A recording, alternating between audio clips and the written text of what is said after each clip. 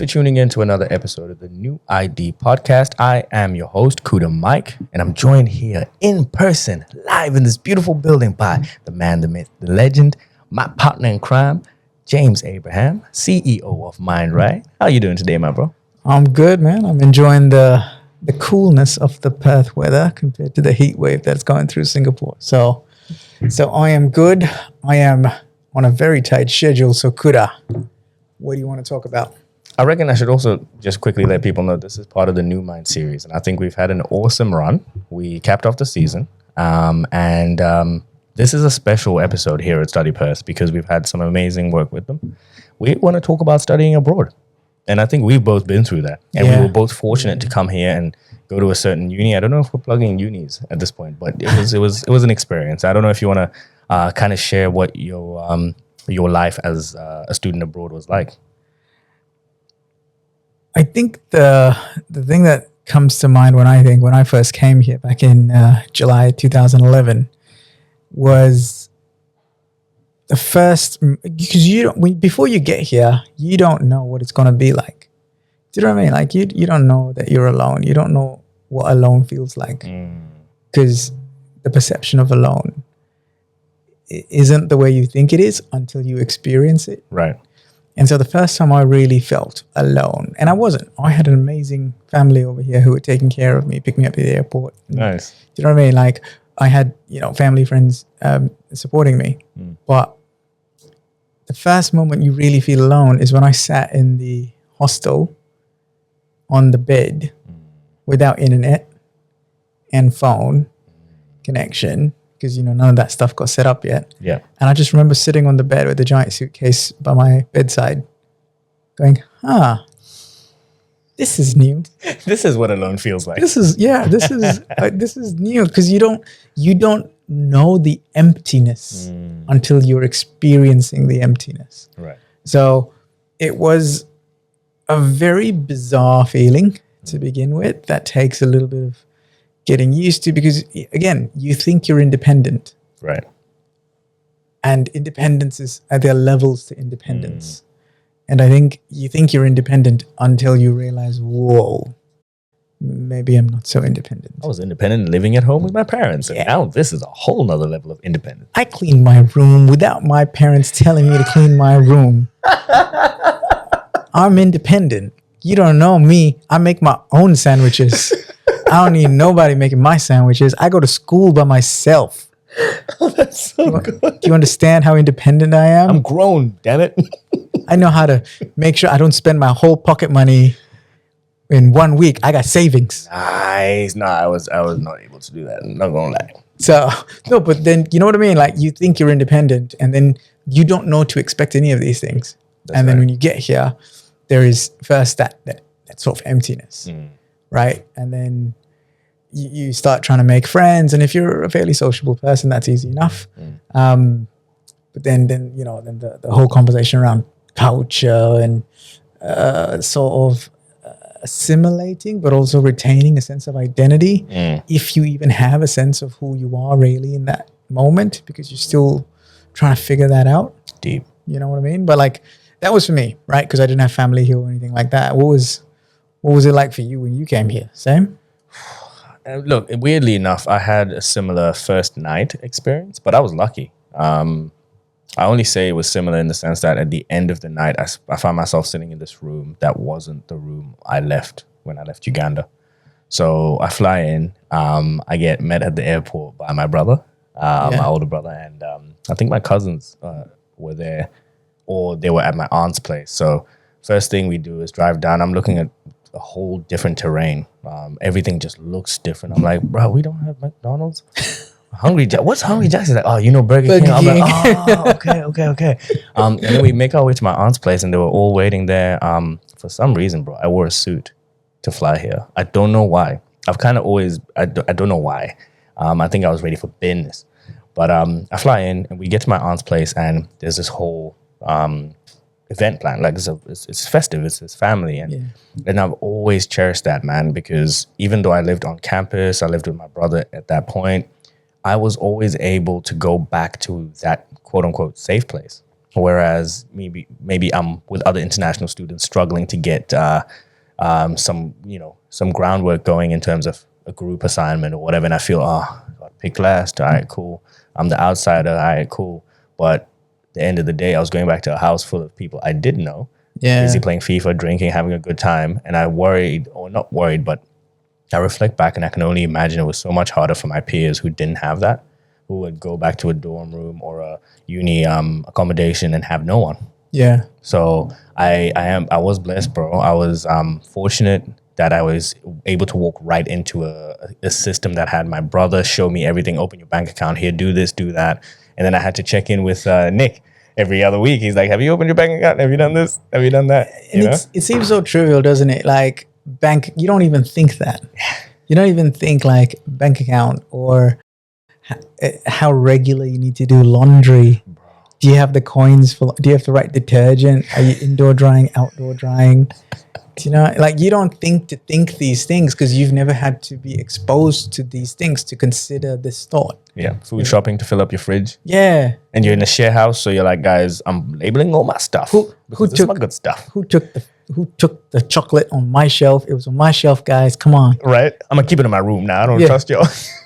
So, and then adjusting to those living conditions, like where you've got so many different personalities because these aren't your families. Right. So you can't just go around fighting like how you do at home because mom and dad, mommy and daddy out here. I can't tell mom and dad. Judge and jury. They sort you out. I miss that, man. I ain't gonna lie. And I tell people now all the time when I'm a little bit older and I have younger people in my life who I either just engage with and just kind of be my positive vibe ass self. But it's one of those where they're like, I can't wait to move out of home. Yeah. Like, what the hell are you rushing for? Yeah. Do you know the bills that are waiting for you out here, man? Like, don't do that. Don't do that. It's just one of those that people, the grass is greener, bro. Yeah. The grass is so green over there. Grass is green, and you can find out grass is green where you water. Ooh. Right. Sorry, I be doing that sometimes because that's what we do in the poetry scene. Okay. Those my people. I be clicking at things I like. You know what I mean? That's cool. Do you want to elaborate on grass is greener where you water it? Yeah. And again, this is just something that it's not about how long you've been alive, but it's been how you've used every moment to learn from what life has to offer. So every time something bad happens, let's pretend that's the manure. You can throw it out, or you can use it to fertilize the ground, and that's how it makes the grass green. Because every failure is a stepping stone to success. I like that. And I think sometimes when you first move, like just settling in to begin with was really tricky, and then you get exposed to a very unique Australian culture, because. Again, you only think of culture based on what you see on TV. Right. You don't really know what culture looks like until you step in and really feel it. And I didn't think there was so much difference to Australia. But the culture here was a massive culture shock for me. And culture shock is essentially when something hits you all of a sudden and it shocks you. Like when you suddenly get under cold water and you're like, bro, yeah. I'd be doing that to myself sometimes to wake me up. See the shock, the body shock? That's culture shock. Except it doesn't hit you like cold water touching the skin for the first time. It's because culture is so much bigger, there's a more delayed effect to the whole thing. Right? And so sometimes you don't even realize it because it's such a delayed effect that you realize it later on, like, wow, that culture was actually a little bit harder for me to get into. And the reason also it was hard to adjust to it is because you don't know who you are yet. You notice that when young children and older people, when they move over, it tends to be generally a slightly easier move. But for people in their late teenage years, early 20s or across the 20s, they usually struggle because you're still trying to find out who you are. You're still trying to create your own sense of identity. And when you're trying to create that and you've got disruption in your environment, it makes that identity a little bit harder to create because you've constantly got new things to take on board. True. That gives me a thought. I think I automatically went to studying abroad at uni. But I know I spoke to you about this before. I moved from Zim to Kenya and then Uganda, which technically was studying abroad. And to your point, it seemed a little bit easier back then. And don't get me wrong, in the moment, I probably wouldn't be saying this. Yeah. But I was like, my identity was rooted in the sports I played. Yeah. So whether or not I felt like I fit in class, by the time we went out to play sport, I made friends. And now we're in class sitting together and I'm cool. That's not as easy to do at uni. There's so many more people. You're not seeing the same people in every class. Yeah, okay, cool. We're first year students. We all have one of those entry-level units that we pick. Dare I call them nothing units? I don't mean to disrespect no lecturer or no teacher, but you know that you're here just to teach us how to be uni students. And, and it's valuable. It's the learning, to teach you how to learn. You know, and it takes a bit of adjusting. But once again, I was so lucky, bro. No matter what I experienced on the day, I would be able to go home and there was probably some activity at home. The guys were hanging out, you know, and I feel fortunate, man. I was so blessed. I inherited my brother's friend group when I first got here.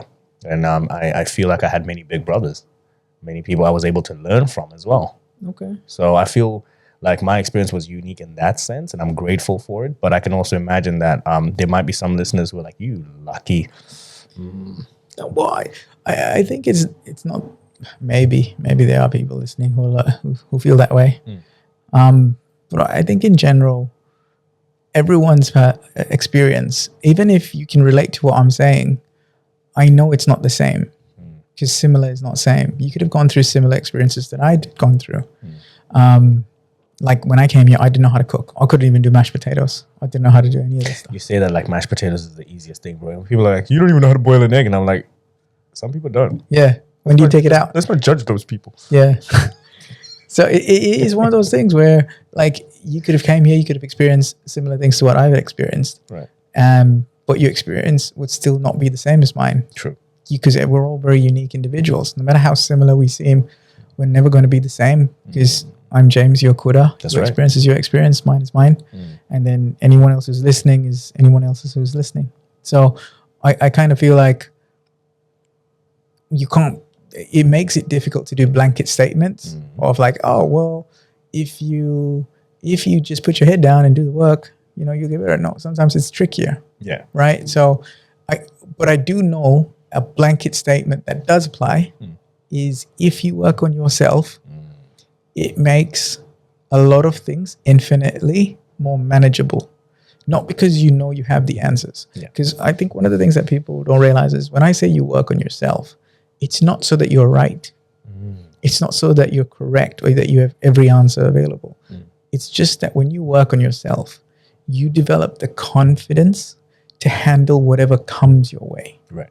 Because and even if whatever comes your way is difficult, your confidence in yourself is going to propel you to explore avenues to find a way to get through it. So it's not confidence in getting over a situation. Right. It's confidence in yourself exploring ways to get out of this thing or work through something. And it's different. Like I always, during one of the workshops, the resilience building, I call it Anti-Fragility. Right. And I ask people, what is your definition of gratitude? Because that's a big word. Everybody says, well, you want to find happiness, go get gratitude. You know, what is gratitude? Everybody's got a way of saying, you know, hey, I feel so fulfilled when I have gratitude in my heart. Cool. So what's gratitude? Yep. Right? How do you go get gratitude? Right. Because is this such an open secret? Everybody knows the answer is gratitude. Should have, yeah. What's gratitude? What does gratitude look like? So if I asked you now, Kuda, what's gratitude? Appreciation is how I'd put it. Appreciating where you're. And I don't want to limit it either to where you're at or whatever, because I have gratitude for many things. Yeah. So appreciation. Yeah. Because you're trying not to exclude anything. Yeah. You know it's so much bigger, right? Yeah. So one of the things that was said to me a couple of years ago before I started this company was, James, you should be lucky and grateful that you had such a hard upbringing, like in the corporate world, because all of that means that you're more resilient today. So you should have gratitude for that. Right. Because look at how well you're doing now. So aren't you grateful? And that's gratitude, right? But then I gave that a little bit of thought, and I didn't agree with that, because I said, so your idea is that people need to go through horrible things and then be grateful for the horrible things that have happened to them? Yeah. That sounds stupid. So I take the definition that I heard Trevor Noah gave this one, and I'm not quoting him or doing him justice, but the essence of what he said was, I am never going to be grateful for the bad things that have happened to me. I am grateful for myself finding ways to get through those bad things that happened to me. Deep. And I relate to so much. I relate really heavily to what he said, because I kind of feel like, yeah, I don't appreciate that I had knee reconstruction 3 times. I don't appreciate all the surgeries that I've been through. I don't think that's a good thing. You know what I mean? But I appreciate my resilience in working through every one of those surgeries. I appreciate how I've been able to fight. You know, there's the meme, Snoop Dogg meme. He did at a Grammy. He goes up and he receives an award, and he goes, I'd like to thank myself. Me for putting in all the hard work, me for turning up. I don't know if I've seen that. Yeah, how have I not seen this? We'll insert that. Yeah, we GIF. should. Last but not least, I want to thank me. I want to thank me for believing in me. I want to thank me for doing all this hard work. I want to thank me for having no days off. I want to thank me for never quitting. I want to thank me for always being a giver and trying to give more than I receive. I want to thank me for trying to do more right than wrong. I want to thank me for just being me at all times. For me, what Snoop Dogg's trying to say is, don't forget about you. Don't forget about yourself. Because I think when you say you're grateful for these bad things that have happened to you because it's made you more resilient, I think you're taking away power from yourself. Okay. And I think you're not giving yourself enough credit. Right. So I like the way he says it, because I don't think people give themselves enough credit often enough. That is true. So when you go through bad things, it's not the bad things that make you stronger. It's you finding resilience and building that resilience up that makes you stronger. And that perspective is important to adopt, because that resilience is how you gain confidence in yourself. Recognizing like, wow, okay, that was a really tough moment that I've been through in my life, but I found a way to get through it. Yeah. And you stop being thankful for bad shit, or you stop going, why does always these bad things happen to me? Do you know what I mean? You shift the perspective to, I think whatever happens, I'm going to be strong enough to get through it. Do you know what I mean? You know what? I am reading a book called Grit by Angela Duckworth at the moment, and my takeaway from it is follow through helps to build resilience. So quitting halfway through something will never build that grit over time. Yeah. Being able to see through these tough challenges, you then amass enough of them to go, been there, done that, and you develop something that allows you to follow through. So if I was to ask you to put a bow on this for us, for someone who finds themselves abroad studying, what should they take away from this? I think recognize that the first thing is you should have a support system.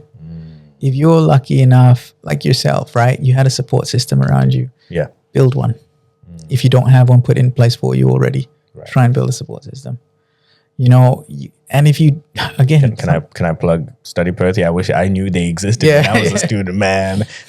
Man, if you find yourself in Perth studying, for example, and I don't know why you wouldn't, it's the best place ever. Places like this, they seem to be places like this. So maybe you may not have to form this support network on your own. Maybe start there. Start where other people are also looking for a support network. Yeah, because you'll find that you're not alone. You'll find it feels lonely because you haven't shared this with anyone. Right. But as you're saying, if you come to a place like Study Perth, where there's already a community there, and you just attend one of their events, you just try and put yourself in a position where you can be part of something bigger, you'll realize like, oh, wow, I'm not alone anymore. because there are other people going through the same thing I've gone through. And that's how you build community. That's how, like I said, the first thing you're going to do is you're going to build your support systems. Yeah. And then the second thing that you can do is there are things that have been put in place to help you help yourself. So things like counseling services. Counseling doesn't need to be people who are going through life-changing trauma, or experiences. Yeah. Counseling can literally, like, there are clients that come and see me where literally it's, I just don't like the way my life is going. Okay, so what are you looking for? I don't know what I'm looking for. I just know I don't want it to look like this. Right. Okay, let's start there. Out there. Yeah. And within 3 to 4 sessions, we got a destination. We got a bit of a clearer path of where we're going. So I think when you're thinking about going for counseling, and again, if your counselor is giving you advice or telling you how to live your life, or your coach is doing that stuff, drop them. They're shit. Because if anybody's telling you how you should live your life, then that's taking away the power from you to go live your own life. Because and again, look, if you come from a generation of studying abroad, like what you described, your brother was already here. Yeah. But for a lot of people, studying abroad is it might be the first time that they're going to live somewhere else. It might be the first time that they're the first in their families to go somewhere else. And you don't know to be scared or wary of anything because you don't know what to expect yet. You don't know what you don't know. Yeah, precisely. So utilizing the necessary services that have been put in place for you. Facts. Why wouldn't you? There's a support system that's trying to help you. I just like that. rocking up to one of these counselors or coaches, whatever service exists for you. Yeah. And just telling them, look, I'm struggling. Yeah. Because I miss home cooked food. I miss, my ethnic kind of food. And I love a good chicken parma, but like, I just want my stuff now. Yeah. I want some spice. I want some chili or something like that, right? Something like that, yeah. Something homey. That's what these services are for. And then different universities have different communities. Like I remember, you can never underestimate how much help you're giving someone by just lending them a year. You never can. True. So if you're in a position where you can help, volunteer and help. Yeah. Because you don't know the world of difference you're making. I remember, and you mentioned Nick. Nick, when he used to walk around Murdoch with his turtlenecks and scarves. I knew you were going to say the scarf, man. That scarf was iconic. That's him. Scarves and turtlenecks. And he's so tall. Everybody sees him across Bush Court, right? But every time I saw him, I felt better. Yeah. Because he was always so warm. And he is always so warm. But back then, every time he engaged me, hello, how are you? You know what I mean? Like, it makes you feel a little less alone. Yeah, absolutely. So I think when you're going to go study abroad, have a support system. And if you don't have a support system, go build one. Use the resources available to you. Right. And then the second thing is, on top of using the resources, go work on yourself. Yeah. The more time you spend on yourself, and don't be so hard on you. Preach. You're going to make mistakes. Most likely you're in your 20s. That's how you learn. And you're going to make mistakes, and just be kind. It's only a mistake if you don't learn from it. Yeah, boom. Look at you dropping nuggets. You know what I'm saying? I had to get in on the action, you know what I mean? and that's how experience is acquired. Yeah. Experience is acquired not with number of years. There are people who are 50 and 60 and 70 years old who haven't lived life yet. Absolutely. So don't assume your age is a measure of your experience. The mistakes that you've learned from is a measure of your experience. Deep, man. So the more that you learn from these mistakes, the more experienced you are. Because you'll know, again, you'll just grow in confidence in yourself. Because you'll know whatever happens to me, I can take it. Because I know I have enough confidence in myself now. I'm not worried about no situation. Yeah. I'm just confident. I can overcome. No matter what it is. Precisely. And that's just further evidence that all in all, you just absolutely have to get your mind right. So that you can live a better life. Well done, bro. This has been so much fun, man. We need to come back. Thank you for tuning in to another episode of the New ID podcast, where we tell stories from the community. We can't do any of this without your support, and we can't thank you enough. But to help us grow, please like, comment, and subscribe, and share it with everyone you know. Tune in next time for another incredible story from the community.